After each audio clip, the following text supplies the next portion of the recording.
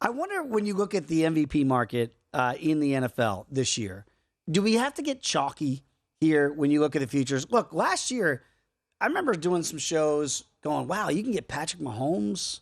He was like 9-1 this time last year. And it wasn't that, because if you remember, if you just go back 365, it's Josh Allen's to lose. Didn't that feel like a 1,000 years ago? Like Josh Allen, because of the way the year had ended in Kansas City in the 13 seconds, it almost felt like it's going to go to Josh Allen. Josh Allen is now almost in the Mahomes role a year later. Now, it's not like the number is super short. It's 8-1. So it's still not like it's gotten to 15-1 or something ridiculous. Mahomes is now 7-1 as the favorite to go back-to-back. And there's cool Joe Burrow smoking stogies, and just seems like he's this version of Joe Montana these days. Joe Cool at plus 750. Then the double digits. Look, Jalen Hurts, I think, would have won the award had he not gotten injured. Yes, he would have. And my 40-1 that I had was Let me ask you this question, and I'm not trying to relitigate the MVP of a year ago. But if a guy misses 2 games, and we all get the greatness of Mahomes, nobody's debating that.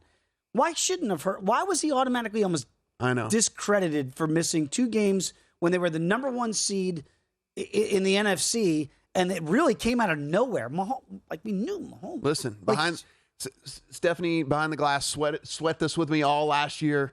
It was like we were home. We were going to cash that ticket. Don't get injured. It was amazing, and then it happened. And then we were posing the same question. We're like, is the body of work not good enough? Still not good enough, even if you miss a couple of games? Apparently, the answer was it was not good enough.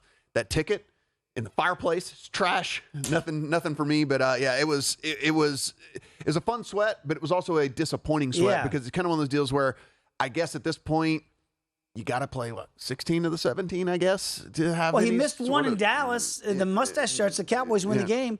And then Hurts comes back, they wrap up the number 1 seed. If anything, it should prove that he is the MVP because you put in the backup and you can't get it done. And I think the lesson to be learned there is, people, when you're like, I think that was actually all good bets don't win. Mm-hmm. That was a great bet at 40-1 for Jalen Hurts last year. The point is, you're going to walk down narrative streets. This is going to happen. It's voted on awards, right? And it's a quarterback position. Like, do not get caught up in a running back or a wide receiver. Cooper Kupp or had a anything historically great season. They will for a wide give them receiver. Offensive Player of the Year. Like that's what they ain't gonna happen. Yes, right. They will give it. They will give that person Offensive Player of the Year. If you have someone that you really love at a skill position, by all means, do it Offensive Player of the Year. It's not going to happen for MVP. And so we take a look at this. So let's say you wanted to bet a little bit further down the board, Dave. And again, it has to be a quarterback, and there has to be a path in which this can play out. And don't laugh me out of the room here, but Russell Wilson's 35-1. He is a quarterback. Oh, wow. It is a team that was bad last year. I did not see this conversation It was a team that was bad last year. Mm-hmm. It is also a team that not very many people have picked to go to the play. Now, we did have a couple of people pick them in our expert panel to be a wild card team, but not very many people have picked this team to go to the playoffs.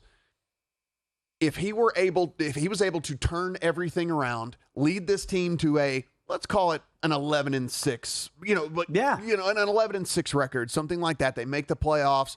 Russell Wilson looks more like the Russell Wilson of old.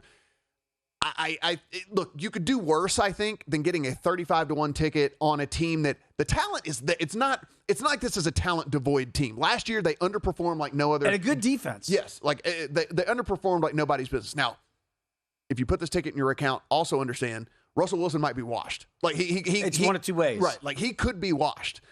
But maybe it was like they just needed the Sean Payton effect to come in. Maybe they just needed a different offensive scheme. Maybe he just needs someone to come in and kind of say like, hey man, you're good and you're great. I get all that. You're going to do this my way and you're going to figure this, this is how we're going to run this offense and that's how it's going to be. You know what's amazing? The same numbers on Geno Smith. Like you traded, right? Like you trade Russell Wilson from Seattle, where Russell Wilson, by the way, was never even the voting for MVPs when he was having MVP-like years. So when we talk about Narrative Street, if he did bounce back and the Broncos, because again, you got to have these tentacles, right? Yes. Broncos are going to have to be a playoff team. Sean Payton fixes Russell Wilson. Russell, let's ride. Looks like the Seattle Russell Wilson who never even got MVP votes. Yeah, you could stretch it and go, okay, they're now an 11-win team. They finished second to the Chiefs. The Chiefs, we don't want to give it to Mahomes again. Yeah.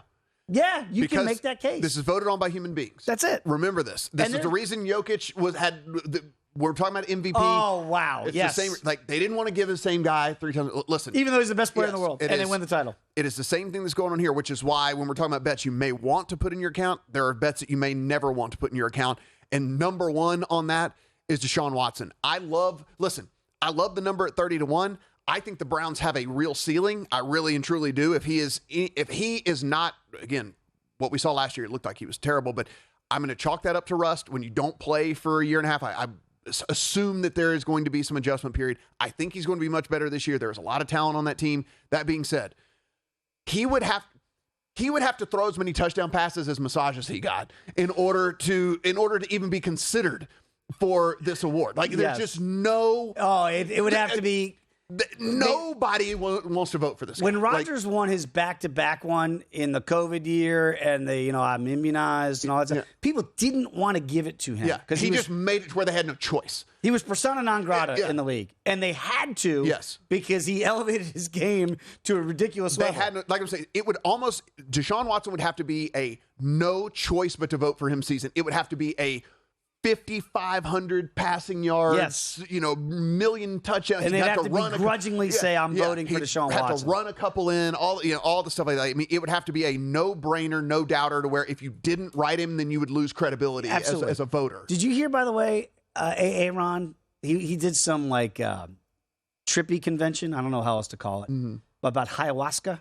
Oh, yeah. And he's talking about how he's going to, whenever he quits playing, he's going to be an advocate of that. And he said that he did it before the second MVP season that we just alluded to.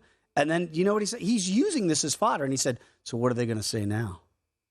like he's using, he attributes the ayahuasca usage to him winning and better perform. Maybe he could be right. I don't know. But he believes in his mind, Matt, that's why if you're a Jets backer, you better get this guy all the ayahuasca he can handle. Yeah, if that's what he... At 16-1 to win the MVP. Put it in his Gatorade, man. Whatever. Yeah, whatever you got to do. Because whether it's true or not, he believes it to be true. That's all that matters. It's the placebo effect. You brought up Geno Smith. 35-1. Same number. Listen. As Russ. Look, I think that division could be for the taking. I honestly think that the Seahawks really are good very live in that division.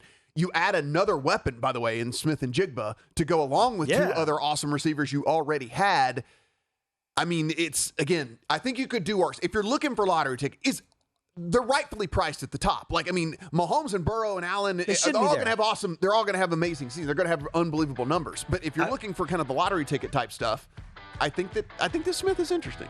Go to VSiN.com/subscribe to become a VSiN Pro subscriber today.